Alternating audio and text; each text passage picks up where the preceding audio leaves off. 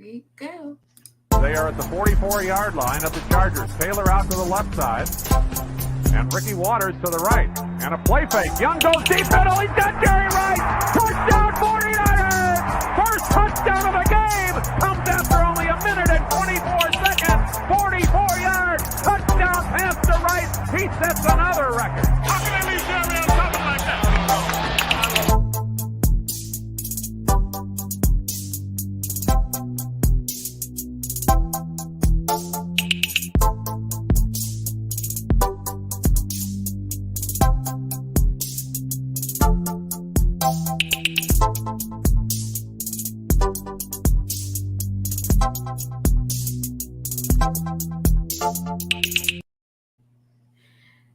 And hello, everybody, and welcome to Good Morning Niner Empire. My name is Jamie, and I am joined here by one of our team members. Introduce yourself. Go ahead. What is up, everybody? This is Jason. You've probably seen me on the Tuesday version of the Niner Faithful Radio Show. Yep. So this show, if you've been following Niner Faithful Radio for a minute, you know that I used to do this I believe, either last season or the season before. So we're doing a little bit of a different take. We're going to be going live and recording these, that I think will be awesome. We're still going to go through some of the presser information, just if there's anything interesting. What is up, Jamins? Yeah.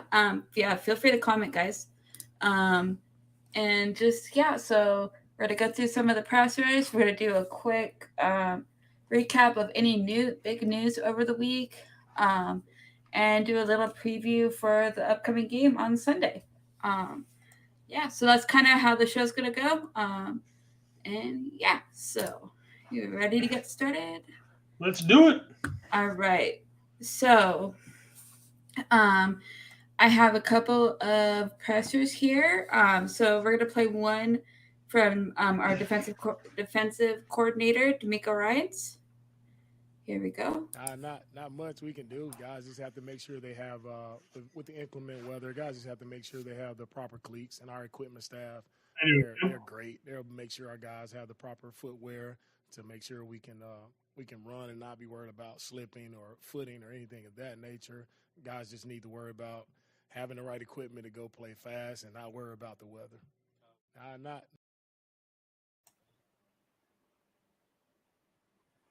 Unmute yourself. Yeah, so if you guys have been paying attention, it looks like it's supposed to rain on Sunday in Chicago, which honestly I was unaware of. So that's definitely makes it a little bit more interesting. I don't know how much experience Trey has playing in the rain. So that will be interesting. And with that field. It'll be interesting. It looks like they're just going to make sure the players have the proper equipment. And we'll just see if it turns out to be like one of the, what was that Washington game? What was it? God, it was a great game. Oh, yeah.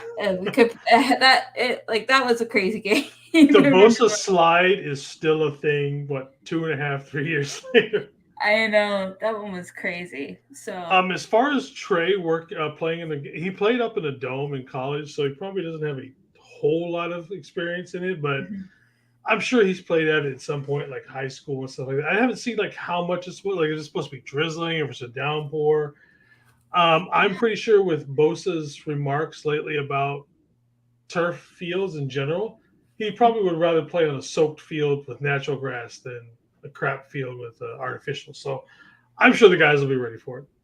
Oh, yeah, for sure. I'm not honestly too worried about it. But I honestly, that weather always can end up having a little bit of a factor in the game.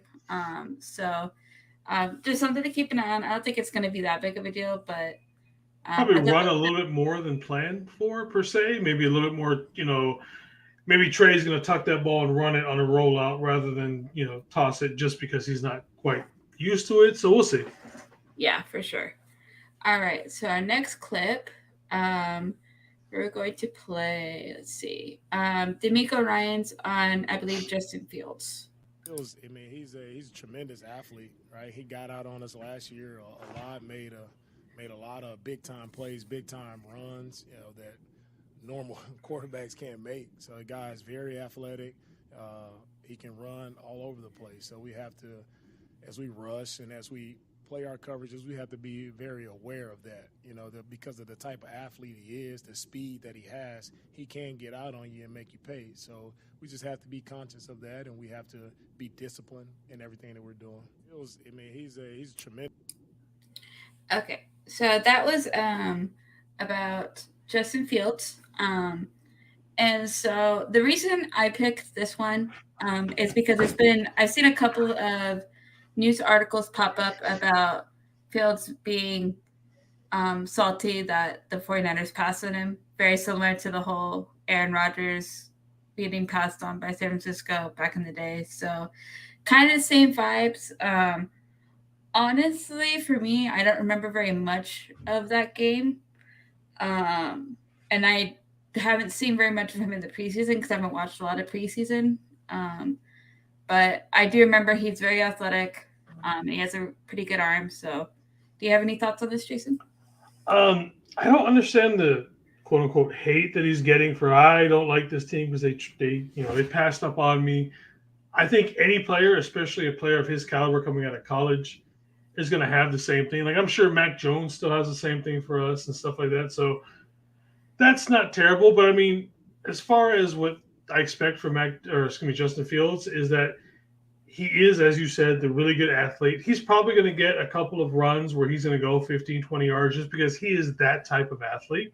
Mm-hmm. And even as good as we are predicting the defense to be, he still has the ability to make those kind of plays. He's probably going to get, like I said, a couple of good runs, a couple of deep passes. We just need to limit those to where it's just him making an extraordinary play on his own rather than it being a continuation of the entire team of the Bears offense making play after play after play. But at some point, good athletes are going to make plays in general. You can't really stop it. You just need to live with them. Yeah, I 100% agree. I think,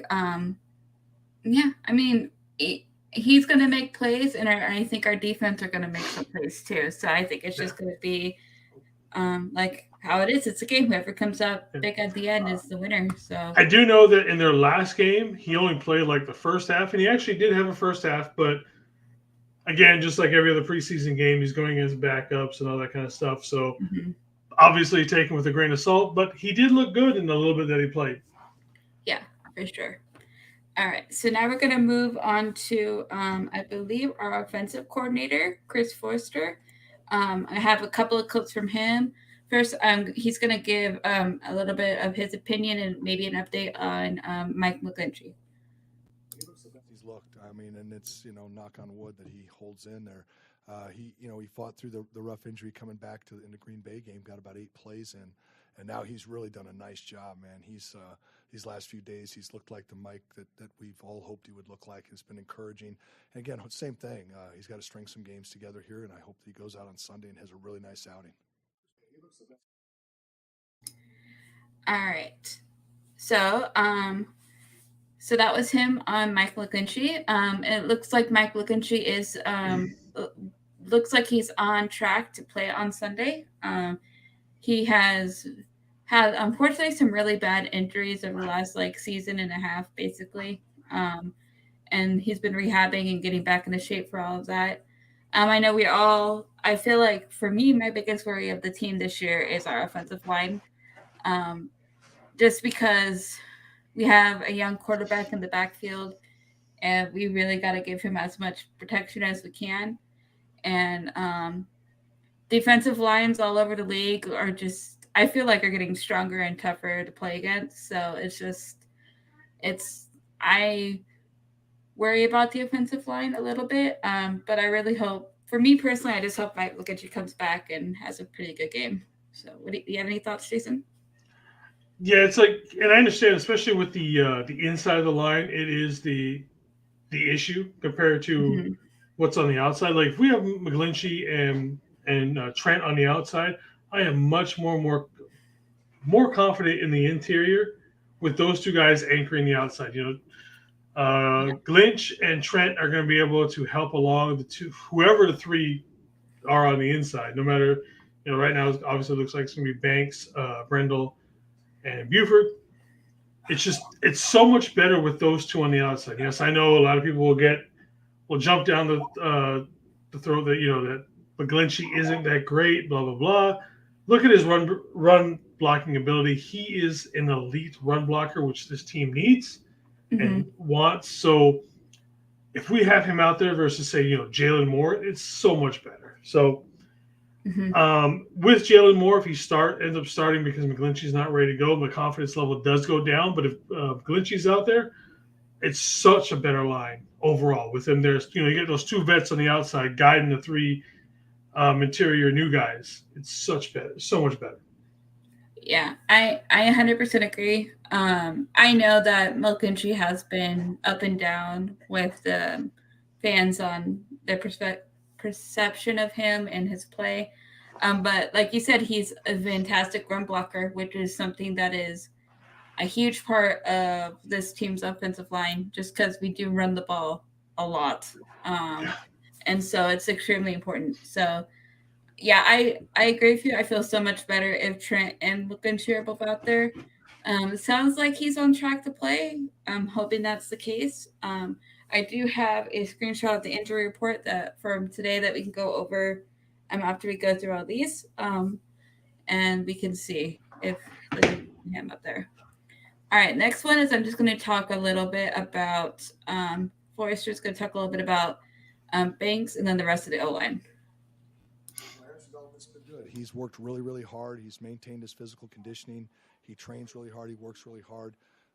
It's just gonna have to see when he gets in. It's been up and down for both he and Spencer. I'd say of the three interior players, he and Spencer have been a little more up and down. Now they've also had more reps in the preseason, so they've had more chances to be up and down. Jake's had more limited reps in the preseason and has done maybe I would say a little bit better up to this point. But all the guys have worked hard, and really, that's a little bit it's preseason. We'll see when Sunday rolls around, we could be singing a different song on Monday and saying, who's done what and how they've been doing. But I'd say Aaron has done a really, a good job to this point. But I think Aaron would say, as I'm telling you this, and you guys focus on the inside three, every guy has something they can work on. And every guy, and yeah, it's a given, but every guy has an area to improve in. We got a long season, and every guy has something to work on, to improve on, to get better at, and we have to see it every single day. Because if you're not getting better, you're getting worse. These guys, we've got to keep them working to look to see how can we get better. We're by no means gelled and arrived as a line, and it's not just because of the inside three. It's just everything. We've got to keep working, and this game builds on the next game, builds on the next game. What you want to do is go out this week, perform to the best of your ability, have a great day, a great game, and hopefully we end up with a win, and then you can build on that. And that's what we're trying to do each week with this group. And in the process, develop these younger guys behind them as well. Because I've always said this to everybody, anybody who's in that room on opening day, I've been on too many teams and too many lines where I hope it doesn't happen here, but every guy in that room ends up playing. From the practice squad guy to the second team tackle. You hope you play your starting five for 17 weeks in the playoffs and the Super Bowl. But you also know that you might have to get through with, Justin School in 2019, who isn't on our team right now, started 5 games at left tackle, and we went 5-0 with him at left tackle as a rookie, right? Dan Brunskill started at, I think, guard and tackle that year. The center went down, Weston goes down in New Orleans, and then Ben Garland comes in and finishes the season in an excellent year. So you just don't know which guys it's going to be. The guys we're talking about today, we may not be talking about in 5 weeks. I hope we are. I hope they're all playing, developing, and doing great. So, again, that's a long answer to an easy question. Okay, that was actually a really good clip. Basically, I agree with a lot of what he said. This is my biggest worry of the whole thing, is this interior line. Sure. Just because, I don't know, I don't even know how to describe it. From what little bit I've seen in preseason and stuff, I really hope we don't have that many injuries, especially in the interior line. Because these are it's just going to make things a lot harder for Trey in future games. And like I said, defensive coordinators are going to obviously see this as a weakness and try to exploit it for their gain for other teams. That's my biggest worry. I really hope, like what he said, that all of the starters stay and starting and play and develop and get as much playing time as they can. Because I do think the more you play, you do pick up on stuff and you do play better. I do think that there is something to that. So, do you have any thoughts, Jason? I think that's been the biggest worry for most people going for this offseason into this season has been the interior line. I'm not so much worried about Brendel per se because he took all of them practice snaps last year with Trey, so them two should be decently familiar with each other and how to work things between those two guys. Mm-hmm. But it is the guards. I think Spencer Buford has come on from almost out of nowhere to an extent with that. I think most people, including myself, had Brunskill actually starting at that guard with Aaron Banks on the other side. Mm-hmm. And it's almost like, and me and TJ have talked about this over like even last year and the year before.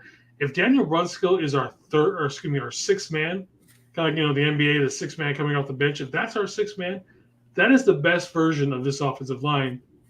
Mm-hmm. And so far this season, that looks to be the way it's headed towards.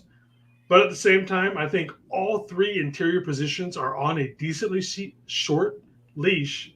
Mm-hmm. And that if one of them is not performing up to par, the first one, they're going to be yanked pretty quickly because we do have Brunskill, waiting in the wings to jump in there. Mm-hmm. And he has proven to be a damn good starter at times at multiple positions. So we'll see how it goes with that. Yeah, Brunskill is extremely valuable on this team because he can play multiple positions on the line, and he can play them at a very, very solid level. So I 100% agree because, like they said, like those years when he started and played like all those different positions, it was like he did actually a really good job for coming in and playing and all of that. And he had talked about the backups. I mean, do you really want somebody like? Not to be mean them or anything, but like Nick Zakel, Jason Poe, these are rookies who still need some development and time in the system before they are really ready to play. We don't want to necessarily push those guys at this moment in time. Yeah. So for sure. So I think those are all of the audio clips I'm going to play. But right now what I'm going to do is I'm going to pull up the injury report graphic that I got that's off of the 49ers website for the practice report and talk about some of these injuries that are popping up, and then we can go into a little preview for this upcoming week for Sunday. All right, so Daniel Brunskill has a hamstring injury. He did not participate on practice on Wednesday, Thursday, or today, so he is officially out. That hurts. Yeah, that kind of sucks. Kittle has a groin injury.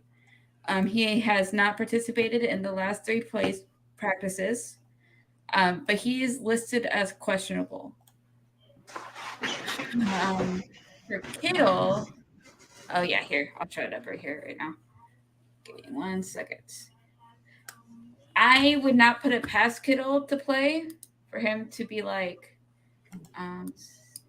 to see if he would, because it's Kittle. So if he feels like he's ready, I feel like he will play. But I personally, like what we were talking about earlier, is I agree with what you were saying, is I would hold him. I would, like, if there is a chance that Kittle doesn't need to play right now, I would not I would keep him out just so he doesn't injure himself further. Yeah, there's a couple games that he needs to miss to get healthy. It would be these first 2 games for the most part. It's like we have Warner, we have Dwelly. Against these 2 teams to start off the year, these are the 2 teams. This is the way you'd want him to take off, simply because we should win these games on paper for the most part. Mm-hmm. But like you said, holding Kittle out is going to be a hard thing to do. Because he's going to be, especially for that home opener against Seattle, he's going to be rearing to go. He's going to definitely want to play. That's what's going to be I feel like it'll be up to Kyle to either let him play or put his foot down and be like, no, listen, we really need you next week. Would you mind I know you don't want to miss this game, but we just want to make sure you're all good to go for next week. Definitely. Next player is Drake Greenlaw. He has an elbow injury, and he's been limited in practice for the last 3 practices. So I guess he's questionable, I'm assuming, probably. It is good that he's continuously practicing. Yeah, I don't really know with those. I could feel that's like a 50-50 shot either way. Yeah, I think he plays though. I think pretty much everybody on this list is going to end up playing. Yeah, especially the next few, because Eric Armstead, Oren Burks, Jimmy, and Legenshi have all been full participants in practices for the full week. So they're all probably going to be good to go. Yeah, so Kittle's really the big one. Well, Bredskill's actually a huge miss, being out. Yeah, with a he's hamstring definitely injury. out. I didn't even realize he was injured until this popped up, to be honest with you. I think it was just a couple of days ago. Like it's gotten worse. I think so. Oh, okay. That makes sense. Because I didn't even realize he was injured until this popped up. So Bredskill and Kittle are bad. Like that's rough. We'll see with Kittle. If Kittle does play, I really hope he's good to go and that he's all right to play. But the thing that worries about me with like groin injuries or hamstrings is they're very finicky and they can sometimes take a while to heal properly. So, because they're the ones that they're very easy to re-injure and to re-aggravate. So many guys, because they start, oh, look, I'm feeling good. They go back out there in the first play. They retweak it. But yeah, like you said, it's one of the most finicky injuries there. You start to feel good, and all of a sudden, bam, one play, and you're right back to square zero again. It's really very, very easily. Like I listen to I don't know if you guys have listened to, but there's a fantasy football podcast I listen to, like the ESPN one, and they have my God, I'm blanking on her name. They have a lady on there who talks about all the injuries, and she said these are the hardest type of injuries to kind of keep up with, because even if they're in practice and they try to go full steam on a run or like a practice thing or juke or whatever, do any kind of like weird movement, and they could just easily re-injure it. So it's kind of worse. Yeah. So, for sure. So, those are that. And there's a narrative that Kittle is hardly ever available. He's been available for like, I think I saw it was like 87% of the games he's been in the league. So yes, he has missed some games, but people are way over exaggerating how much he's actually missed. It's like, yes, he has missed games, but let's not act like he's pulled, a Jimmy and missed almost half his games here. He hasn't. I agree with that. He has missed some games. But that's just like, people got to understand, that's just how Kittle plays. Kittle just plays with 100%. He just goes full on steam, all of it. And he just plays hard. So he's going to get injured just with the nature of how he plays. He literally, like the New Orleans game in 2019, he literally dragged 3 guys at the end of that on that last play. So I still wear that shirt. I know. So it's just like, that's just the kind of player he is. And he hasn't missed that much of the kind of play he like with how he plays. He hasn't missed that much. It sucks that he has missed time, but I'd rather have him on the team and have him for the games we've had than like not have Kittle around. Yeah, it's just so people are just it's the over exaggeration to act like he's missed that many games, where it's just like he hasn't missed the amount of games. He hasn't missed a whole season. No, and he's only missed I think at the most 2 games in a row, I think is what it was. I think so. Didn't he have a knee injury that kept him out for almost 4 weeks or something? Was it 4? I don't remember. I felt like he had a knee injury or something. He did. There was the one from 2020, I think is what it was. Yeah. And Is it you know, also the people are, Seahawks does he game? play the last game and does he not play the last game? I'm like, and there was the argument: do we shut him down for the season? You know, does he want to play? Just because I think at that time there was like a 10% chance we could still make the playoffs, and Mm-hmm. so, but yeah, Yeah. Yeah, so that's the practice report and injury report for right now. We will obviously get final updates on Sunday before the game. So we'll see how all that goes. Jason, do you have anything in particular about this game upcoming game that you want to talk about? Anything you want to focus on? Any position battles? Any position groups? What are you looking forward to? I'm kind of looking forward to the linebackers with Justin Fields. Again, he is a very athletic quarterback who can roll out, he can run. So I want to see him contained for the most part, and I want to see him forced to throw because he does not have good wide receivers overall. Mm-hmm. So I'd like to see him contained for the most part, or if he does run, limit him to that 5 yards, 10 yards kind of thing. Don't let him get them big plays to where they can get momentum, get things going. So like I said, I do think that the linebacking group is going to be of the utmost importance to keep him under control for that. Other than that, and not to sound confident, we should beat the Bears without an issue. This should be an easy win. I'm sticking by my earlier prediction of 35-17. 35-17? Yep, I'm still going with that. And like I said, quote unquote, easy win. Something, you know, I don't want to see Trey shouldn't have to throw more than 20, 25 times a game. You know, let's just ground it out, get out of there, and get ready on to Seattle for the home opener. Yeah, I mean, I definitely agree. I feel like we should win this game. I feel like we should win this game and it shouldn't be that close. I don't know if I would go 35-17, but I'd probably be like, I don't know what my prediction would be. Maybe like, yeah, I actually would agree with that now that I'm thinking about it. But I just feel like this should be a pretty easy. I don't want to say an easy win because it's any given Sunday. Whatever happens, happens. But I feel like with our strengths, we match up pretty well against them. I think our defense so far in training camp and preseason has looked really good. I'm really excited to see what the defense does this year. They boasted 20+ sacks. I know. And so I'm just excited for football to start. And I think we should come out with a win for this game. I think that'd be fantastic. And it'd be great if the San Francisco Giants, if you're Giants fans, are also playing out in Chicago at the same weekend. So that should be interesting to see how all that goes. So. Yeah, it would definitely make some people happy this weekend. Mm-hmm.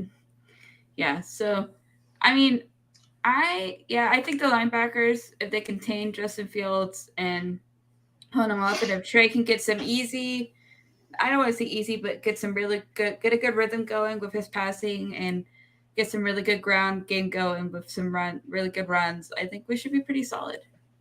Agreed. Yeah. Alrighty. Well, I believe that wraps us up, guys, for our show. So follow us on our social media platforms. I believe we are at Niner Faithful R on Twitter, and we should be on Niner Faithful Radio on Facebook and Instagram. I believe that is correct. So feel free to follow us. We're going to be posting our game day schedules pretty soon, I believe. And definitely keep up with the socials. Search for us online so that you can keep up with all the shows. We are streaming to Twitch, YouTube, and Facebook. So wherever you guys want to watch our live streams or go back and watch if you can't catch it live. We have a lot of fun doing all this stuff. And yeah, I mean, I think that pretty much wraps it up. Is there anything else you need to say, Jason, or you good? Bang, bang, Niner gang. Yeah, let's go Niners. Have a good Indeed. Sunday. Have a good. I know I'll be on halftime. I think TJ said he'll be on for the pre-show, for the pregame. Cool. And I will be the post-game show. Post-game's going to be about 9 o'clock in the evening.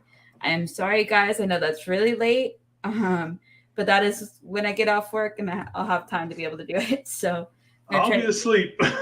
I know it's late, but that's just how it's gonna work for me. I go to bed at like 6:30 because I got to get up so early. So I'm never. That makes sense. Yeah. So yeah. Let's have a really good season. Have a really strong first game, and yeah, let's go Niners. All right, see everybody during the game. Bye.